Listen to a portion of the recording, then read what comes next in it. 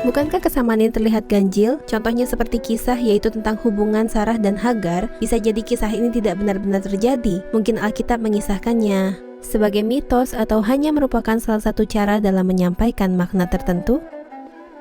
Ini adalah pertanyaan penting dan kritis terkait tentang teori simbolik.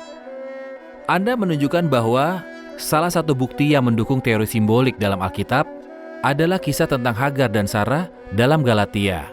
Dari kisah ini ada sebuah simbol tentang perbudakan dan juga kebebasan. Pertanyaan Christine, apa buktinya bahwa kitab dari surat Galatia itu adalah kisah nyata? Mengapa kisah ini bukan hanya sekedar mitos dan diterima secara simbolis? Isi Alkitab tidak mengandung mitos-mitos. Salah kalau menganggapnya demikian. Alkitab membantah anggapan ini.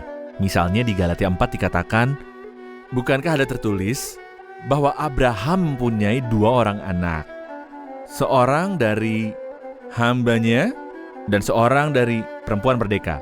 Ini kisah yang nyata, karena Abraham adalah pribadi yang nyata yang dirujuk Kristus dalam beberapa bagian. Sarah dan Hagar adalah pribadi yang benar-benar nyata.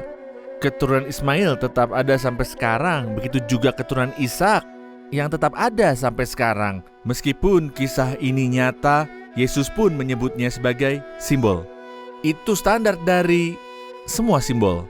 Anak domba Paskah itu nyata dipersembahkan pada hari keluarnya orang Israel di Mesir, menyelamatkan dari serangannya sang pemusnah. Tapi anak domba Paskah adalah gambaran dari Tuhan Yesus Kristus yang dibunuh seperti disebutkan dalam Alkitab. Kristus, anak domba Paskah, telah dikorbankan.